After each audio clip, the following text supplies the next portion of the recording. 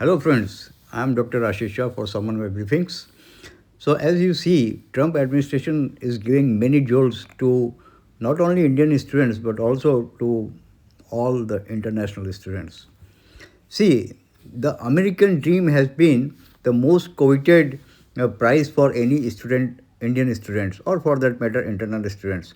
इसमें क्या होता था कि भारत से in India you get a degree, basically bachelor's degree in engineering, and then you go to US for your MS, and then you get a one of the best jobs in the IT sector. Maybe it's Google or Facebook or Netflix and all that.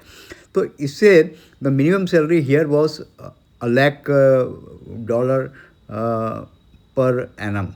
So that was the minimum salary. और अब dollar का जो rate था that was around 80 rupees to a dollar, जो अब 90 हो गया है.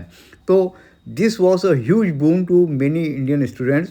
और इस अमेरिकन ड्रीम के कारण इंडिया की कितनी सारी मिडिल क्लास जो फैमिलीज है they got converted to the higher slab. ये जो आप प्रॉपर्टी बूम देख रहे हैं इंडिया में, ये ऐसे ही नहीं हो गया है. इसके पीछे काफ़ी बाहर का पैसा लगा हुआ है. और ये बाहर का पैसा कुछ नहीं है, ये जो इंडियंस यहाँ से वहाँ गए हैं उनका पैसा है बेसिकली, जो वापस इंडिया में लगाते हैं. तो अब क्या है कि ये अमेरिकन ड्रीम जो मैंने आपको बताया, इसको बड़ा झटका लगा है.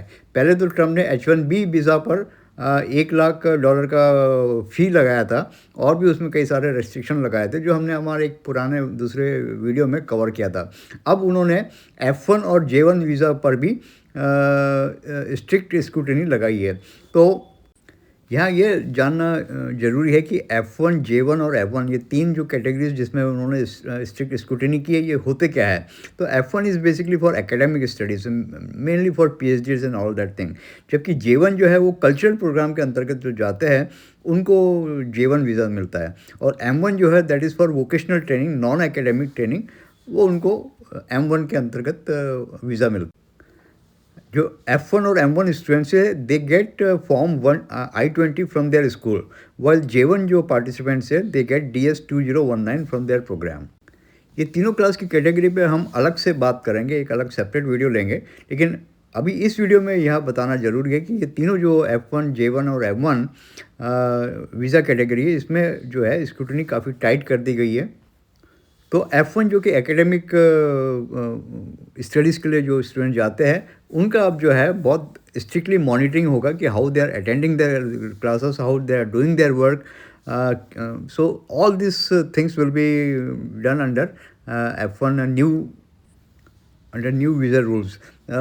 Their class performance, their attendance, everything will be taken into account. So this is something new that is happening in the 2026 visa regime.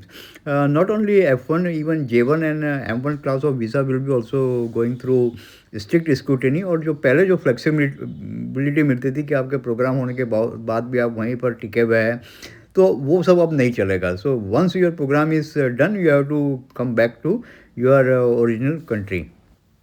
इसके साथ ही जो आपकी स्पॉन्सर है, एकेडमिक इंस्टीट्यूट हो या जो भी है आपका कल्चरल इंस्टीट्यूट, उनकी भी स्क्रूटनी की जाएगी whether your case is genuine और is there any fraud element. क्योंकि क्या हो गया था, इन सब क्लास के वीज़ा कैटेगरीज में काफ़ी सारा फ्रॉड होने लगा था.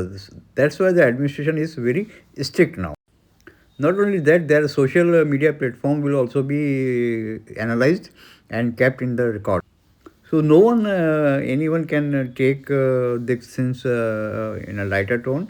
Whether you are in the US or you want to go to US, you have to be really serious about your program, about your studies, and really have to be sincere and work hard. आज के लिए इतना ही. We will cover more of it later. Thank you for watching. Please like and subscribe to our channel.